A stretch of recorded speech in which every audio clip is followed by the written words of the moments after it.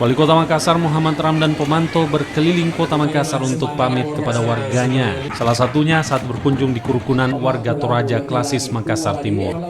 Wali Kota Makassar yang biasa disapa Dani Pomanto mengucapkan terima kasih kepada warga Makassar dan pamit dari posisinya sebagai Wali Kota Makassar. Dani Pomanto menyampaikan kepada warga Kota Makassar untuk tetap menjaga situasi aman dan damai meski masa jabatannya telah habis.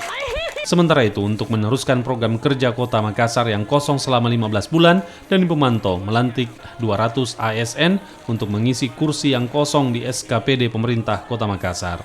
Menjelang 2 hari ini justru kegiatan menjadi tambah padat, apalagi mempersiapkan bagaimana organisasi pemerintah kota dengan begitu banyak lowongan atau jabatan kosong yang saya harus isi. Besok itu kita akan melakukan pelantikan untuk mengisi jabatan kosong dan memperkuat organisasi birokrat tanpa ada saya.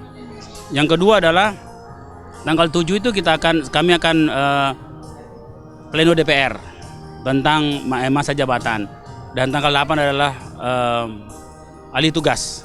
Nah, saya kira ini sangat sibuk sekali, apalagi di awal-awal Ramadan. Nah, justru di awal Ramadan inilah justru begitu banyak acara-acara formal seperti ini. Paling tidak